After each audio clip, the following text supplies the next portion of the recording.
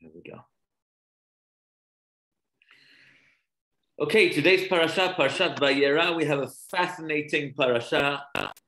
There's so many major events which happen in this week's parasha, but really, this parasha captivates the patriarch Abraham, his life and times, if you will. Essentially, the beginning of the parasha is where Abraham's done his. The parasha continues off the last week's parasha where he's done his Brit Milah at the age of 100, and 99, and this opening of the parasha begins with Avraham Avinu just had his Brit Milah 3 days in, and God comes to visit him, and there's so many major pieces of Abraham's life which comes into this week's parasha. Ultimately, Yitzchak is born, and guess what? The parasha finishes off with a whole bunch of different sagas, like Ishmael, his other son, gets kicked out of the house, and finally the climax is the famous story of the Akedah, of the binding of Yitzchak on the altar. And that is really how the pasuk finishes off. And the truth is, what many people don't know is that this is the last time God speaks to Abraham. And this is kind of the end of Abraham's life. Next week's parasha already, Sarah, the opening of the parasha is that Sarah dies. Abraham looks for a wife for Yitzchak, and that's it. We don't hear about Abraham anymore. Yes, Dan.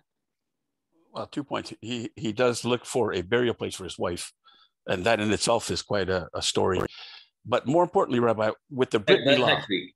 That's next week. But that's, again, in terms of his life and times, other than, the negotiating, which kind of takes up quite a lot. My question was on the Brit Milah. It wasn't just Yitzhak that had a Brit Milah. Wasn't all the males of the household that Abraham had? Now, in that situation, did they all enter the covenant?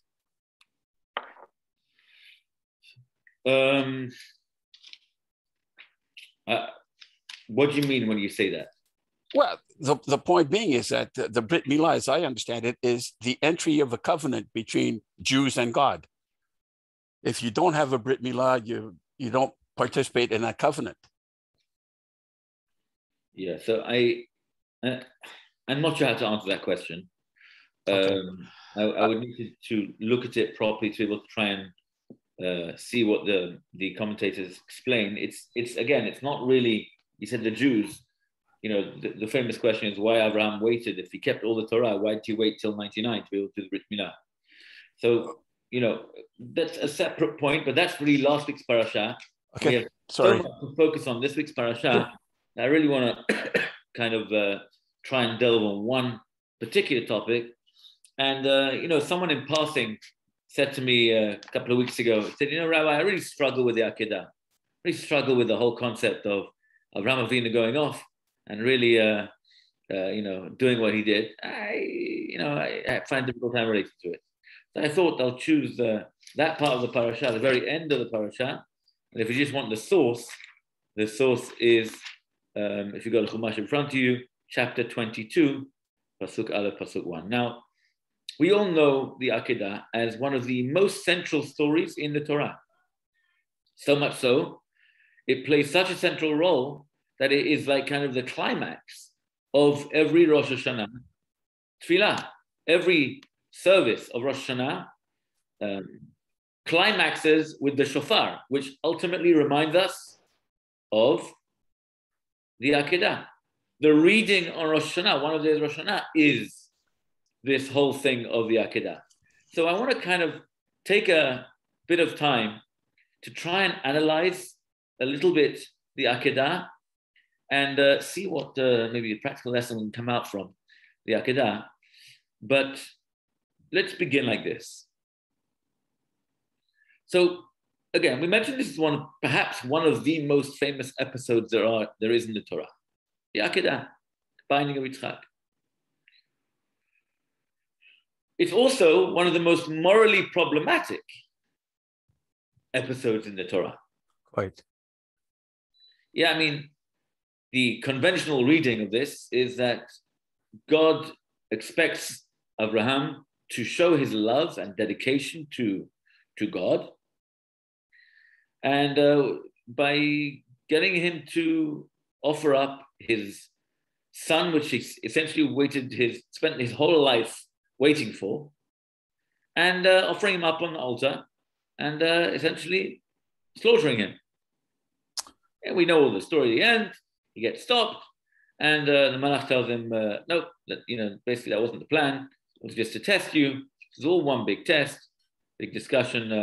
Avraham Avinu in Mishnah and Avot says had 10 tests. Exactly which number this test was it the final test or was next week's parasha when he had to bury Sarah was another test? Different discussion, but ultimately this was a majorly problematic episode from a moral perspective. A father to take his son and chop him up, all in the name of God, that's pretty extreme. Now, just before did he chop him up? No, but he was told to. To chop him. He was told to. Okay, so we know in retrospect he was told not to chop him up, not to slaughter him, right? If you want to put it mildly. But really, he was told to slaughter his son, to check Yitzchak. Yeah, but I guess that's chopping. Yeah. Rabbi, the one problem I have with this is two characters of Abraham. Here's a man that can argue with God against Sodom and Gomorrah. How could you possibly do that? Potentially that there's a righteous, and not one word to save his son, not one word in argument. Why Yitzchak? Why not somebody else? Not one word. That's an amazing question, and that's what I want to deal with today. So before we get to that, part of the question, I want to begin with something else. It starts off by Elohim Nisa et Abraham, and God tested Abraham. This is one of the 10 tests which Abraham was tested. And the obvious question is, why does God need to test Abraham? Good question. I mean, we all know that God definitely knows more about what's in our heart than we know about ourselves. So what are you saying? Test? I mean, for what? To figure out if he's close to God, if he's, got Yirat Shamayim, as the Pasuk says at the very end, that the Malach says to him from heaven, you're a real God-fearing man. I'm just going to read it out, the Pasuk inside. Pasuk in the Pasuk Yud Bet, Pasuk 12. Don't stretch out your hand or do anything to him.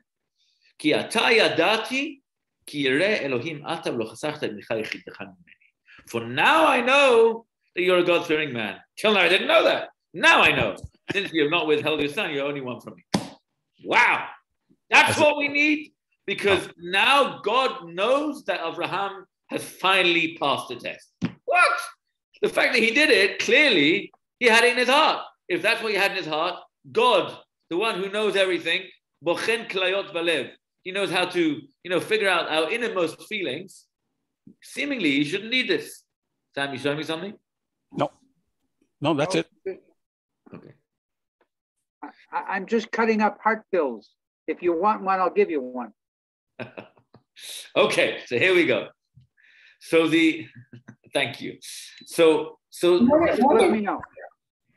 Question number one is, what is going on? I just want to share with you some sources.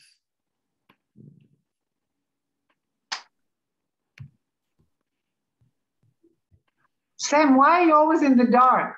I don't know. I have no idea. I got a light here and a light over there. Turn on the light somewhere. Give me one more light here. He's always in the dark. So he comes to the class for to figure it out. Many people say that. Maybe in more ways than one, right, Sam? Okay, can everybody see the screen? Yes.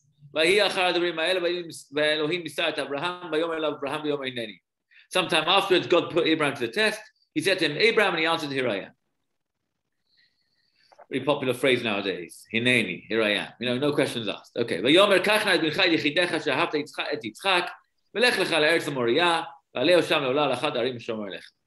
says, take your son, your favorite one, Isaac, whom you love, and go to the land of Moriah and offer him there as a burnt offering on one of the heights I will point out to you. And we know he wakes up V'yashkem, Abraham Baboker, he goes the next morning, doesn't just go, he gets up early, and he goes on this 3-day trip until he figures out where it is, and he goes and binds Yitzchak until, the end of the story. Okay. So, what is this test? So, I want to read to you a beautiful piece of the Rambam. The Rambam in Maimonides in Moreh Nevuchim. Moreh Nevuchim is the Guide for the Perplexed. The Guide for the Perplexed is a fascinating book written by the Rambam. It's quite a controversial work where Rambam tries to understand the mitzvot from a basic understanding where you can kind of relate to the reasoning of the mitzvot. And he gets into trouble sometimes. You can imagine Ramban, Nachmanides really goes to town, bashing the Rambam over the head for some of the things he said. Some of the famous ones are the whole concept of korbanot, that the obligation to bring korbanot all comes from pagan beliefs and all that. And just because the Jews had a certain path which they were used to, from Egypt and all that. So God kind of wanted to take them out of it slowly. So he gave them this idea of korbanot. And you can imagine all the great Rishonim really take the Rambam to task for this. But that's really a separate discussion. One of my rabbis used to say, Moreh Nevuchim is to be, for those Israelis amongst us, Moreh Nevuchim, a guide for the perplexed. However, if you're not perplexed, then you're embarrassed. It perplexes the guided. So you can either be a guide for the perplexed or perplexes the guided. So you can take it how you want. This is a very controversial book, but Rambam, in his incredible, talented way, brings to us some fascinating ideas, and this is one of them. So here we go. This is quite a famous piece in the Rambam, but I just thought to bring it.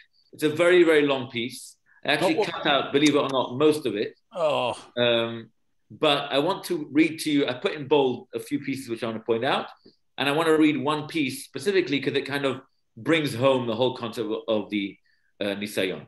So Rambam, first of all, what he does is he takes the understanding of many people and he kind of, throws them on the garbage pile. He says, first of all, Inyan HaNisayon, Gam Ken Mesupak Me'od, V'hu HaGadol Shemisupekei HaTorah. The doctrine of trials is open to great objections.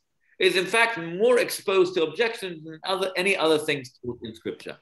So, when Rambam says such a thing, he's not kidding, right? This is very, very serious stuff. And Rambam is obviously trying to, bring home something.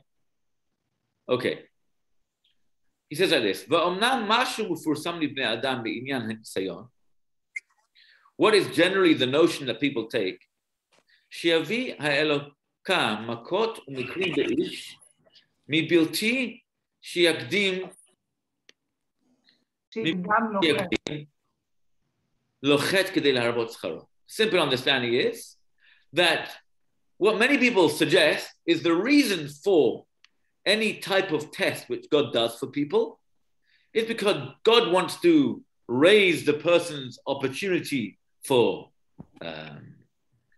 good things, for reward, for greater reward. So you put him in a sticky situation, sees how he deals with it, and if he deals with it well, you get some extra brownie points. That's what many people like to say about Nisayon. It's kind of to give you a greater opportunity. If you pass. Obviously, if you pass. Now, God never gives a person a test which he'll fail, right? Him or her. It's obviously a situation where the person has the opportunity to do it and to pass, flying colors, shall we say? But it doesn't always happen. That's one suggestion which people say. The Rambam on that says, Zot pina lo huzkera b'Torah b'lashon vu'ar klal. He said such a concept, this principle is not mentioned in the Torah in plain language at all.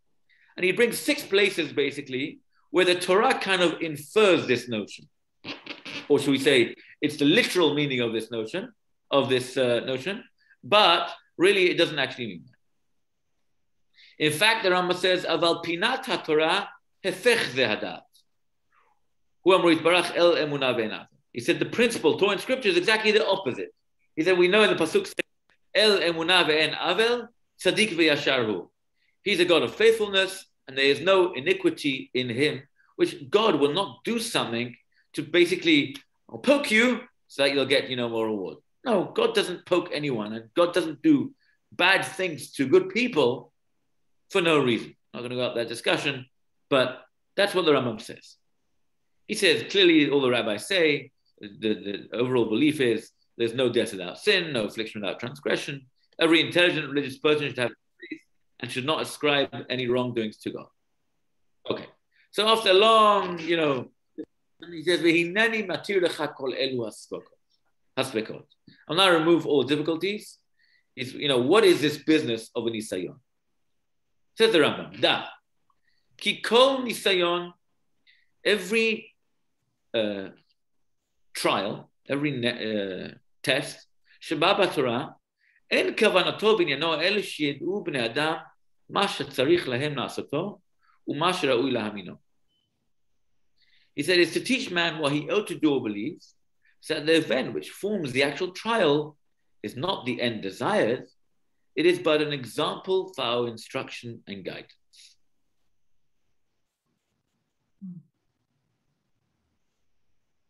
Yeah, he repeats this idea about that it's not just to inflict people, just to increase the reward. He says this, he explains. Says the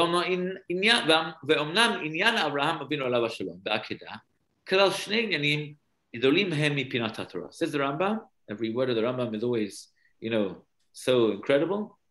He says, there are 2 great ideas which are pretty much the cornerstones of our Torah. He says like this. Now, this part, I'm going to quickly read this to you because I think he brings it so beautifully. I don't think, I could say it better than the Rambam himself. Here we go. I'm just going to read the English for you, so it'll be easier. This is how he kind of frames the question. Abraham is commanded to perform a certain act, which is not equaled by any surrender of property or by any sacrifice of life. For it supposes everything that can be done and belongs to the class of actions which are believed to be contrary to human feelings. And he explains, he had been without a child and been longing for a child. He had great riches and was expecting that a nation should spring from his seed. After all hope of a son had already been given up, a son was born unto him. What's his name? Yitzchak.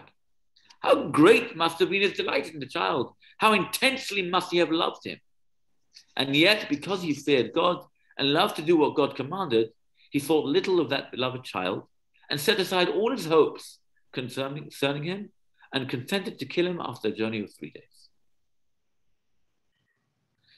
Almost sounds like a dark lord. If he says like this is an interesting point. If the act by which he showed his readiness to kill his son had taken place immediately when he received the commandment, it might have been the result of confusion and not of consideration.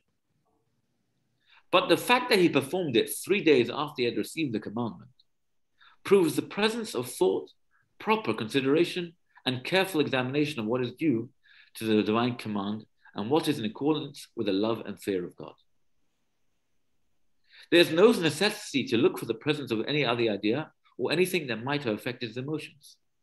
For Abraham did not hasten to kill Isaac out of fear that God might slay him or make him poor, but solely because it is man's duty to love and to fear God, even without hope of reward or fear of punishment. Okay, then he goes on. I just think the Rambam frames it so beautifully, which kind of brings the question even more home. Like, how on earth can Avraham Avinu what's this whole business of this go and slaughter your son and boom, he's good to go. What is this idea of the test of Abraham? And here the Rambam says it in literally one line. Makes a whole, he goes again, a lengthy understanding, but at the very end he says, "V'odienu ba tachlit yirat Adonai v'avato lehechan hi magat." He shows us how far we must go in the fear and the love of God. Rambam simply puts it that the reason why God gave this nisayon to Abraham, this test to Abraham, was not necessarily for the reasons which other people say. It's, for the reward, or for for other people, for the broader public. He said it's simply that he needs it to establish for all that the love and fear which a person must have for God must go that far.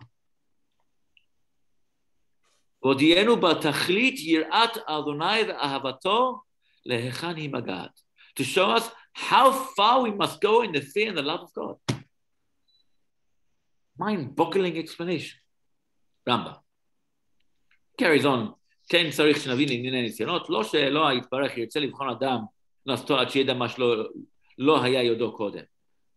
this is not what we say when you opened up the class to come and to try and figure out what's in Abraham's heart. And that's why he's kind of giving him a test to prove it. Chalila lo chalila mashidmu hasechelim hapitaim b'ra machshava medazeh. Far is this from him. He is far above that which ignorant and foolish people imagine concerning him in the evil of their thoughts, that they would even suggest that God doesn't know how far Abraham's fear of God and love for him would be, and he has to test him. That's for sure not. Rather, the point is, for one reason, is to express how far people are supposed to fear and love God. Okay, that's the Rambam. Now, I want to, this week is, this coming week on Monday night, Tuesday is the yahrzeit of the late Rabbi Sachs. We will, please God, be having a small memorial. The advert should be going out in the email tomorrow, please God. But I want to say something from Rabbi Sachs this week in honor of his yahrzeit, and he asks the following question. He says 4 points. He said, I understand. Okay, you're telling me the Rambam, then, all these different opinions, the Rambam kind of scrapped all the different ideas, but ultimately, he said, I've got a bit of difficulty with this. He says, number one, there were some very great kings, great but very wicked kings amongst the Jewish people. One of Sam's favorite haftaraz is Yiftach HaGiladi, who was one of the judges, perhaps one of the, less famous or less more problematic, where he offered his daughter as a sacrifice. Very problematic. Very problematic. And he got terribly punished for it. And the two of the most wicked kings throughout Tanakh, Jewish kings, one was known as Achav, and one was known as Menashe. And they both introduced this concept of child sacrifice, which was really a pagan practice. And in fact, says Rabbi Sachs, the culture of child sacrifice throughout Tanakh is regarded with intense horror. You look at the pasuk in Micha, or let's look at the pasuk in Yirmiyahu. ובנו את במות הבעל לשרוף את בניהם, באש עולות לבעל אשר לא ציוויתי ולא דיברתי לו עלתה על ליבי. The prophet Jeremiah says they built shrines to Baal to put their children to the fire as burnt offerings to Baal, which I never commanded, never decreed, and which never came to cross my mind, says God, says Jeremiah in the name of God. Pasuk in Micha, chapter 6, pasuk 7 and 8. Micha suggests in a rhetorical question, shall I give my firstborn for my transgression, the fruit of my body for my sins? No, Says Micha, Higid lecha adam matov, u'ma Adonai doresh mimcha, ki masot mishpat avat chesed v'tznei alechet im Elokecha. What does the Lord want? Well, to do justice, to do loving kindness, and to walk modestly with God. Far from the pagan practice of child sacrifice. So how could we even suggest that this nisayon is kind of so immoral from every world standard that we can suggest that God kind of just put him into this situation to prove the love and fear and the extent of that? Question, let me bring out two more points and I'll take your question. Rabbi Sachs continues, he says, I don't understand. There's another problem with this because Abraham is supposed to be some sort of role model. Now, how can you be a role model if you are sacrificing your son and doing something which is diametrically opposed to everything you stand for?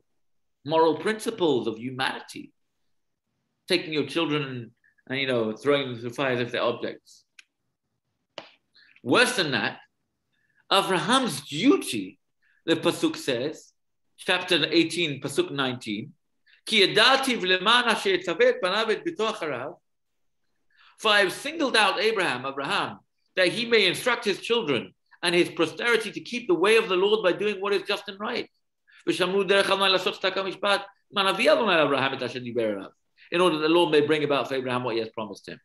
So if you want to know who is Abraham and what is his job in this world, he is supposed to be the ultimate role model. The patriarch who is the ultimate person who's supposed to be someone who's going to instruct his future generations. And you're going to take this man and take this model of pagan practice of sacrificing one's children as a test? What on earth is going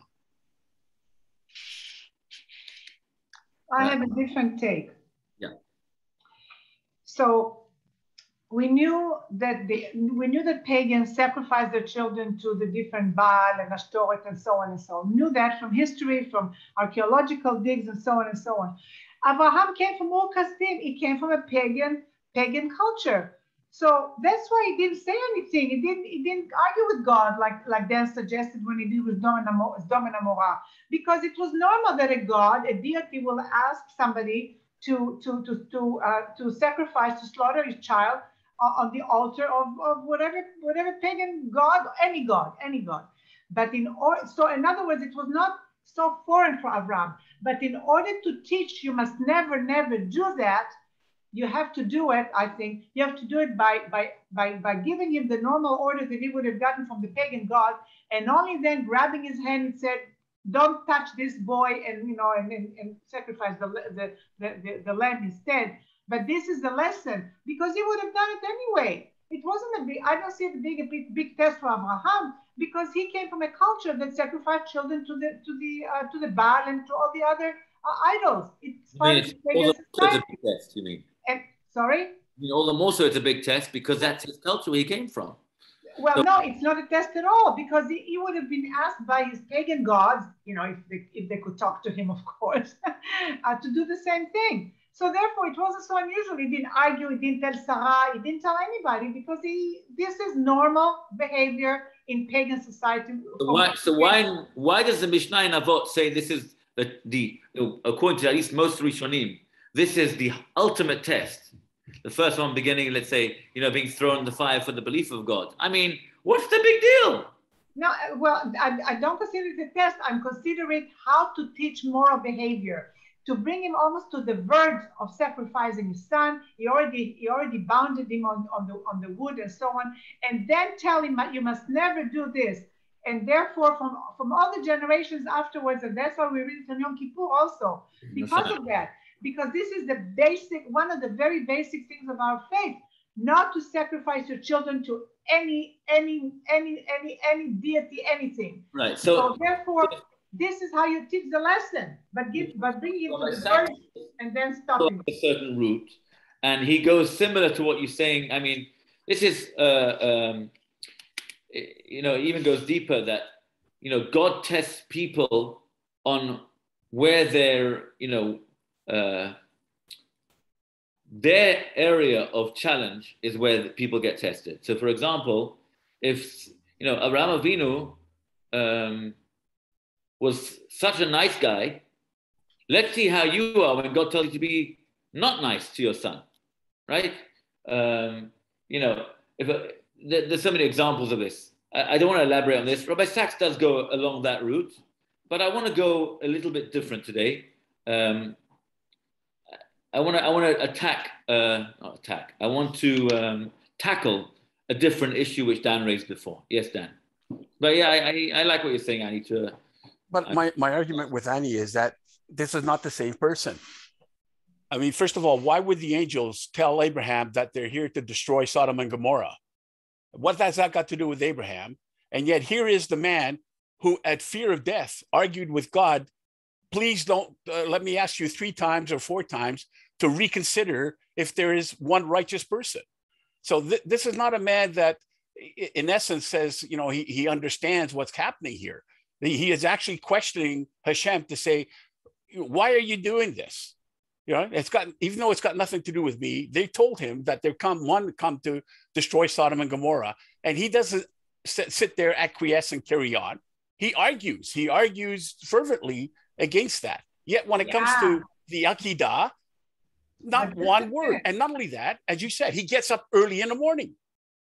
All right. And now the fact that it didn't happen, he didn't slaughter son right away, is because God told him, I want you to go to a place I will show you to offer him.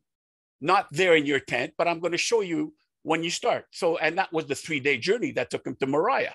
So that's the one fact, that the reason why he didn't slaughter him right away. It was going to be a specific place to offer him up at that point in time. Well, whatever you want to conjecture within that 3-day time frame, it could be anybody as to what he's thinking, how it could happen. What did he do wrong? How did he anger God to have him come back and say, this is what I want you to do?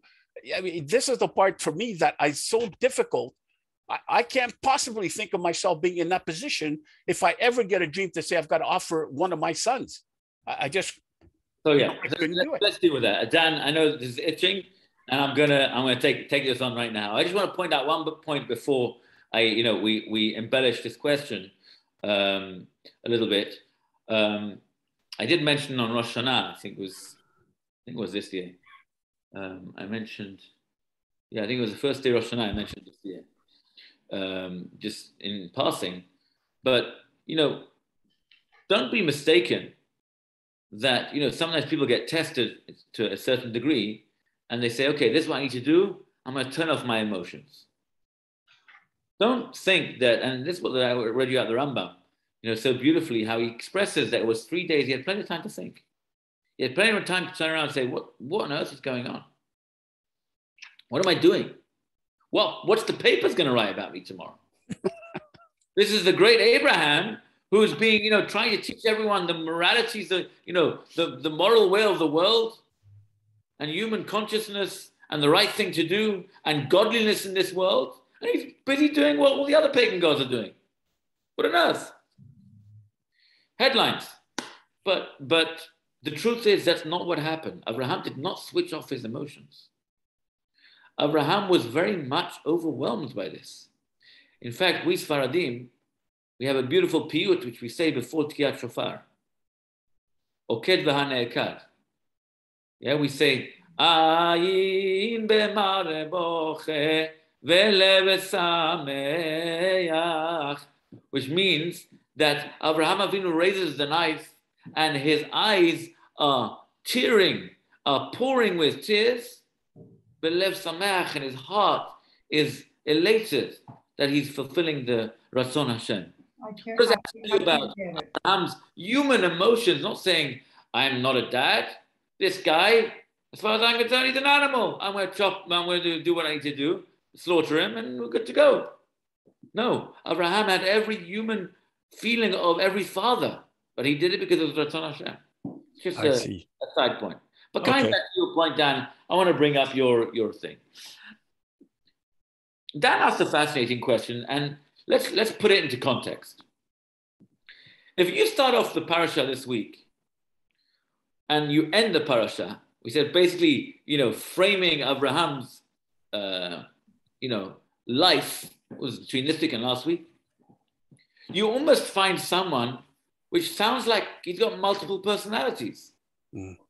You know, I mean, nowadays there's a concept called multiple personality disorder, but we're not talking about Abraham. But if you look at Abraham on one way, and at the beginning of the parasha, and look at Abraham at the end of the parasha, there's something really strange going on. Let me explain. Abraham Avinu, the ultimate human being, the ultimate host, was prepared on the third day of surgery at the age of 99, is prepared to go out in the beating sun to go and serve 3 Arabs who he doesn't know 3 cows. What is that? This is someone who's the generosity of spirit is someone who we talk about when we go to someone's house and say Birkat Hamazon. We Sfaradim say that we should have a Avraham Avinu, that your house should be like the house of Avraham Avinu. It's so open, so beautiful. You're such an incredible host. You're like Avraham Avinu. But let's go on a little bit further. One of the major episodes in this week's parasha is Sodom and Gomorrah, Sodom v'Amorah, these terrible cities of people who just live for themselves, the ultimate selfishness. Lot, his nephew, also his brother-in-law, is there, and God turns around to Abraham. And God tells him, listen, I want you to know that I'm about to destroy Sodom and Gomorrah. Let's look at source 7. Vayigash Abraham vayomar, ha'af tispet tzadikim rasha.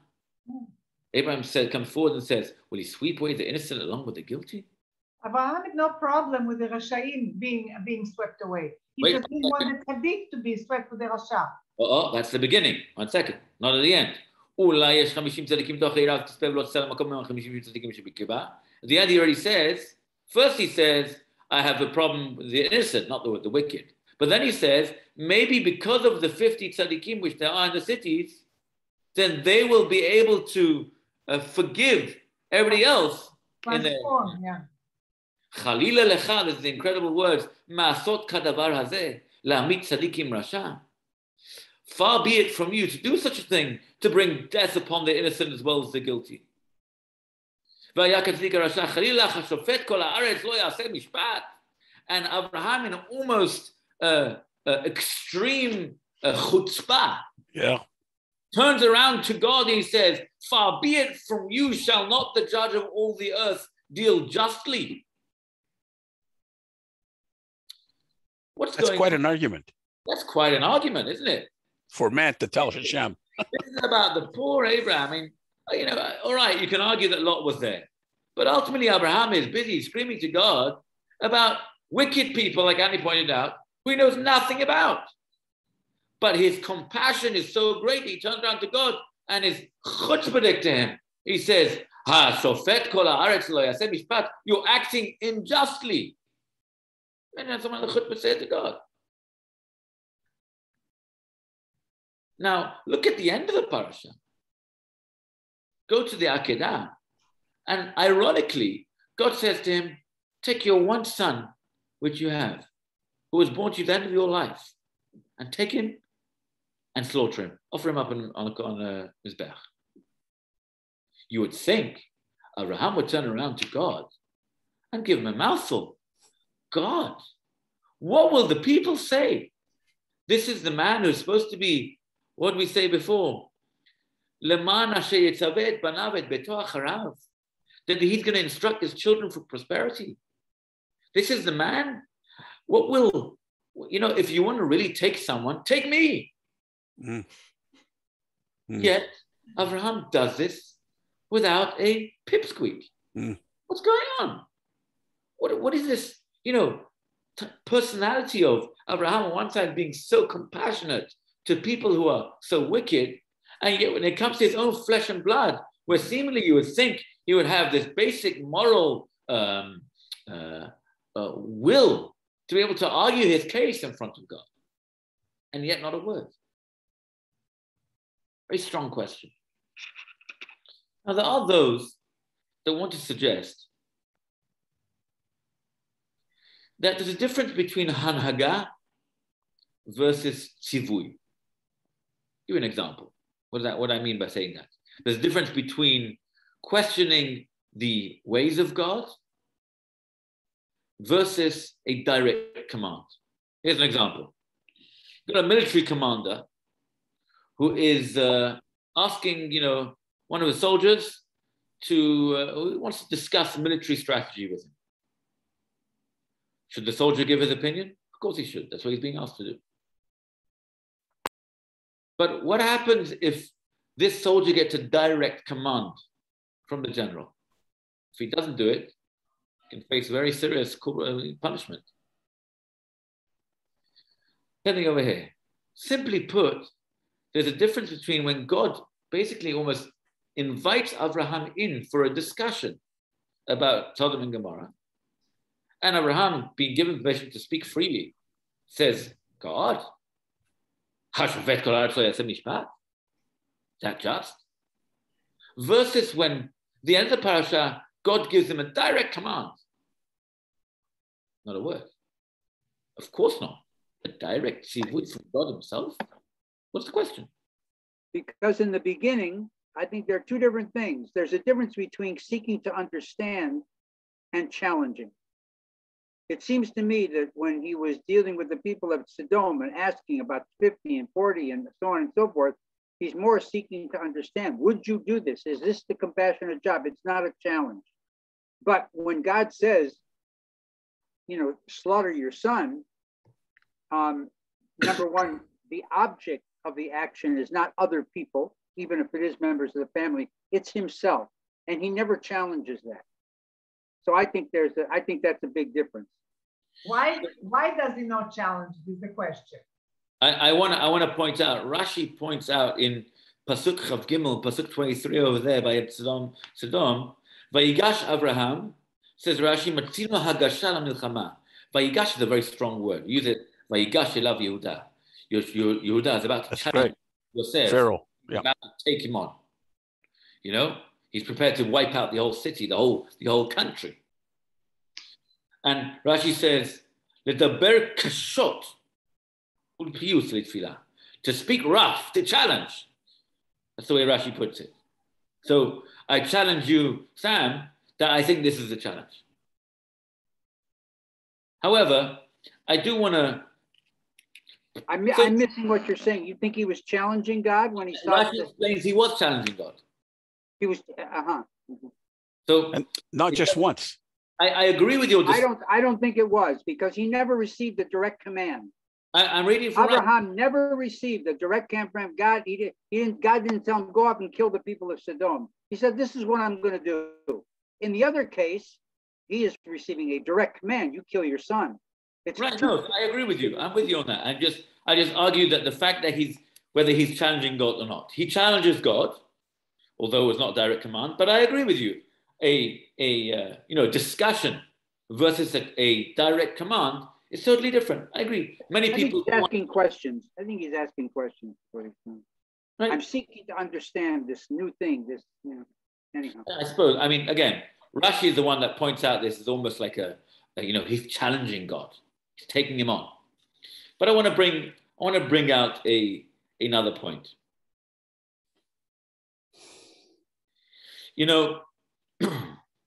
There's such a thing called moral conscience. Moral conscience is this is what I spoke about Rosh Hashanah, is our moral compass, which kind of sets us straight. Can there be an immoral conscience?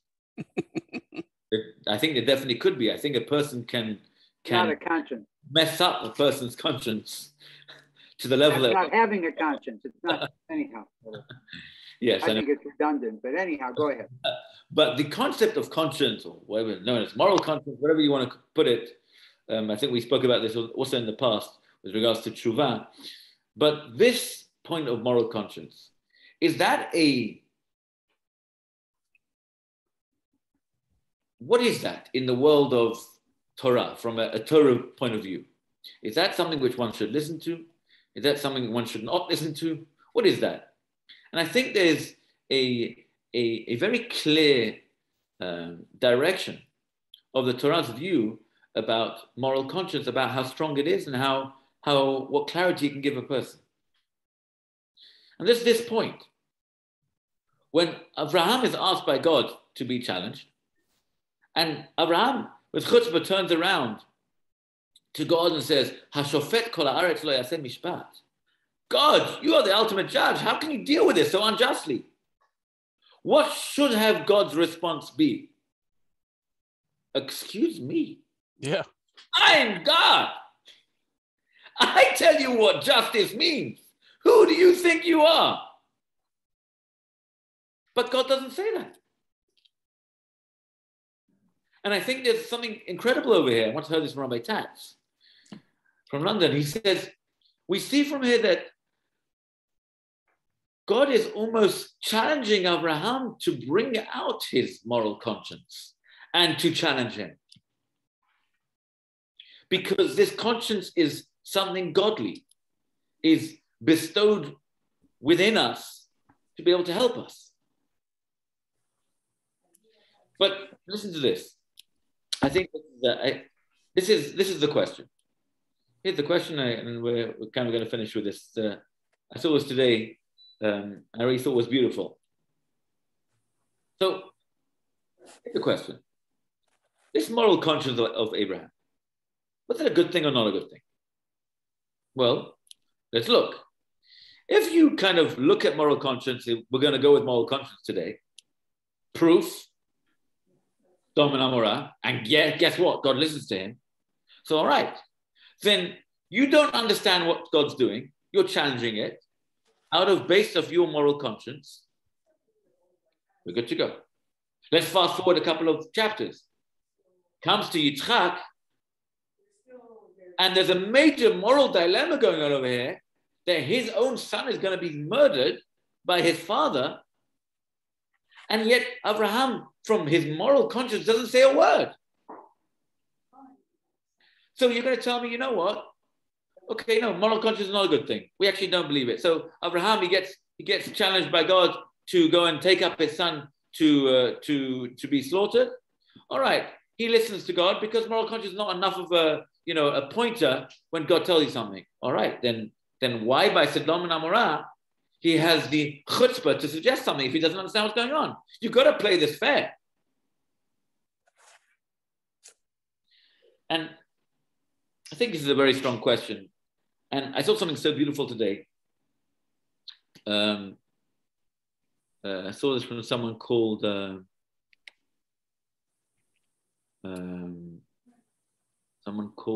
Rabbi Hanoch Rosenberg. Okay. It's like this.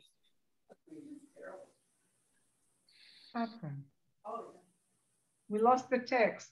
Yeah, I took it down for a minute. So he said something like this. Yeah, let me put the text back on for the...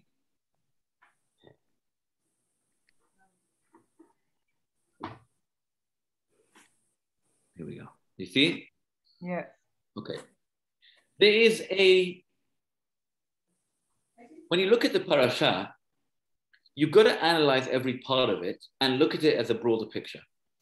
So there's a few pieces over here in the parasha which we have to look at to understand how to deal with this whole thing. One of the big pieces in the parasha is the story of Ishmael. Let's look at it. Bereshit Chaf Aleph Tet Yud Gimel, chapter 2, 21, pasuk 9. Sarah sees Hagar is really his son is really Ishmael is really causing problems from an educational perspective, and he's teaching Yitzchak some not good things. But get rid of her. Sarah turns around to Abraham. You gotta expel this woman and her son. We can't have this. It's bad influence on the next generation and all future generations, because we know Yitzchak is the way to go. There's a problem, get rid of him. But and Abraham is greatly concerned because of his son. It's also his son Ishmael. Where was his conscience? Oh, thank you, Dan. Where is his conscience? Well, here it is right now. He's very concerned. Ishmael was his son as well. Sorry? Ishmael was his son as well as Yitzhak. He has a major moral dilemma how to deal with this problem. On one hand, the child prodigy, which is going to be a Yitzhak and, going to be the next generation and all future generations, is being, attacked. Yet Ishmael is also his son. And he's being asked to get rid of him, send him home, send him away from home. And he has this dilemma. Vayomer Elohim el Abraham al yira be'enecha lana v'lamatecha. First of all, God frames the moral dilemma. You should know Yitzchak is the ultimate. And Sarah is right. Hang on. You should know, as for the son of the slave woman, I will make a great nation of him, for he is your seed. God is allaying the fears of Abraham. He's saying, you have a moral dilemma, you have a moral conscience to say, I can't possibly get rid of my child. Now, why would he not want to get rid of his child? Because who knows what's going to become of him? So God says, no, you don't worry about that, because I can guarantee you, I'm going to make this child to be an incredibly great nation. So that way he kind of allays the fears of Abraham. I just want to finish this point, Dan. Sorry. I think if we look at the parashiyot now as a three-pronged piece, we have something fascinating that comes out. We have the beginning of the parasha with Sodom and Amorah. We have the second part of the parasha with Ishmael being chucked away, thrown out the house, and the third part of the parasha, the story of Akedah. If you look through the levels, take it as step 1, step 2, step 3. Step 1 is Sodom and Amorah. God gives Abraham the opportunity to challenge him. Based on what? Based on his moral conscience, which we said is a godly thing. I have a problem with what you're doing, God. What you're doing and what I feel don't align. God tells me you're right. You're supposed to do mitzvot, and it's supposed to be compatible with our understanding of morality, or real morality. Stage 1. Stage 2, God takes it a little bit further. He's supposed to chuck his son out of the house. God, I have a problem. I've got a moral problem versus what you're instructing me to do. How's that possible? Well, God turns around to him and says, well, I'm going to show you that I'm going to take care of it. That means even though what may look like, what may seem as a conflict between a mitzvah, between a commandment of God versus your morals, which are correct, is not a contradiction. Because I know something that you don't. And that is, I'm going to make this child into an incredible nation. And that's the introduction to the ultimate test of Abraham, where Abraham is put into a situation where there is complete, there's completely no understanding for a father to justify the killing of his son. And now God's going to see, if I give you a commandment, are you going to take it with a stride? Or are you going to start challenging me? But you just learned from Sodom, and then on top of that, the story of Ishmael, that even though you don't understand something which God does, God is the ultimate judge. God has ultimate justice. God is ultimate morality. He establishes what moral means. And just because you don't understand it, it doesn't mean it's not right. I think if we want to just wrap up. Yeah, but 1 second, Dan, I just want to say this point, and I'm with you.